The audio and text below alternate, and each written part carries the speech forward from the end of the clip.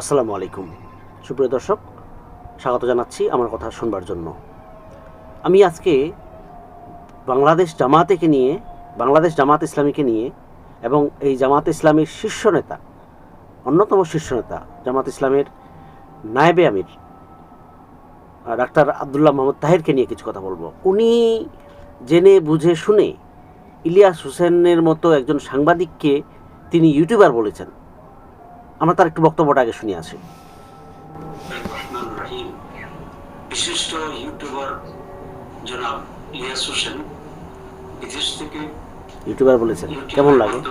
এই জাতির বিভিন্ন ক্রান্তিকালে উল্লেখযোগ্য ভূমিকা অবশ্যই খুব ভূমিকা রাখছে, সেটা জানি আমরা। এবং তিনি একজন অত্যন্ত জনপ্রিয় ইউটিউবার। না, আবার বলেছে ইউটিউবার, আবার উনি বলেছেন ইউটিউবার। আমার এই বক্তব্য শোনার কোনো ইচ্ছা নাই। এই বাংলাদেশে যখন আওয়ামী শাসনামলে যখন কেউ কথা বলতে পারতো না, কোনো মিডিয়া কথা বলতে পারতো না, কোনো মিডিয়া কোনো নিউজ দিতে পারতো না, কোনো মিডিয়া কোনো দলের, বিশেষ করে জামাত ইসলামের মতো সংগঠনের একটা প্রেস রিলিজ পর্যন্ত ছাপাতে পারতো না, এই ইলিয়াস হোসাইন যে ভূমিকা রেখেছেন তার কাছাকাছিও কেউ ভূমিকা রাখতে পারেন নাই। ওই সময় বিভিন্ন দপ্তরের, প্রশাসনের বিভিন্ন কর্মকর্তার দুর্নীতি অনিয়ম নিয়ে যেভাবে রিপোর্ট তিনি বানিয়েছেন, সাধারণ মানুষ যেটা জানতে পারছি, বাংলাদেশে তো কেউ করতে পারে না এইসব। তা আপনি ইলিয়াস হোসেনের মতো একজন সাংবাদিককে, একজন সিনিয়র সাংবাদিককে, একজন টেলিভিশন সাংবাদিককে আপনি ইউটিউবার বললেন। আপনাদের দলের মতো একটা দল, আপনার মতো একজন সাবেক ছাত্রনেতা, সাবেক এমপি ইলিয়াস হোসেনকে ইউটিউবার বলবেন, এটা পাবলিক মেনে নেবে, এটা আপনি কিভাবে মনে করলেন? খুবই অন্যায় কাজ করেছেন, এটা ঠিক হয় নাই মোটেই।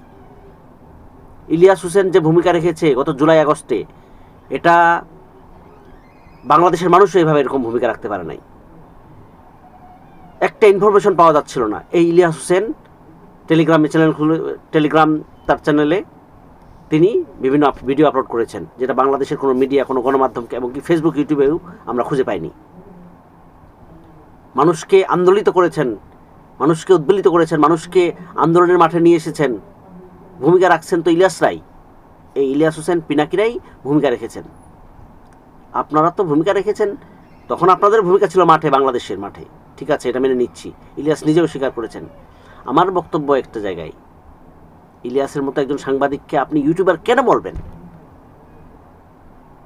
এটা খুবই অন্যায়। জামাতের মতো একটা প্রতিষ্ঠান, একটা রাজনৈতিক দল হিসাবে ইলিয়াস হোসেনকে ট্রিট করবে, এটা খুবই বেমানান।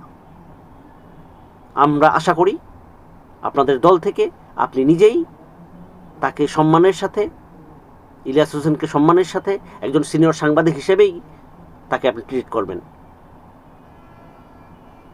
মানে আমি বুঝে আসি না, ইলিয়াসের অবদান ভার্চুয়াল জগতে, অনলাইন জগতে এই জুলাই আগস্ট আন্দোলনটা এমনি তো হয় নাই, এমনি হয়েছে। আপনারা কি মনে করেন? ইলিয়াসরাই সামনে নিয়ে গেছেন। যারা মাঠে দাঁড়াতে পারতেছিলেন না, আপনারা 5 মিনিটের জন্য লুকায় আপনারা একটা মিছিল করতেন, জঙ্গি মিছিল, 2-4 মিনিটের জন্য। আর ইলিয়াসরা দিনের পর দিন, তিনি নিজেকে দাবি করেন, তিনি নিজেকে গর্ববোধ করেন, ইলিয়াস নিজেকে গর্ববোধ করেন যে তিনি একজন উবার চালক। তিনি উবার চালিয়ে তারপরে তিনি তার জীবিকা নির্বাহ করেন। কিন্তু তিনি অতীতে একজন ভালো মানের সাংবাদিক। তিনি 21 টেলিভিশনের মতো একটা টেলিভিশন চ্যানেলের সাংবাদিক ছিলেন। তিনি বিভিন্ন ক্রাইম রিপোর্ট করেছেন, ক্রাইম প্রোগ্রাম করেছেন। এগুলো কি ভুলে যাওয়ার মতো? তাকে আপনি ইউটিউবার হিসেবে ট্রিট করবেন, এটা মোটেই ঠিক নয়। আমি আশা করি আপনি ভুল বুঝতে পারবেন এবং আপনার রাজনৈতিক দল জামাত ইসলামী ভুল বুঝতে পারবে এবং ইলিয়াসকে তার যথাযোগ্য মর্যাদা দিবে। আর ইলিয়াসের ব্যাপারে যে মামলাগুলো আছে, দ্রুত সেই মামলাগুলোর আপনারা তুলে নেওয়ার ব্যবস্থা করেন, কথা বলেন। ইলিয়াসরাই এই নতুন বাংলাদেশ এনে দিয়েছে, এটা ভুলে গেলে চলবে না। ধন্যবাদ।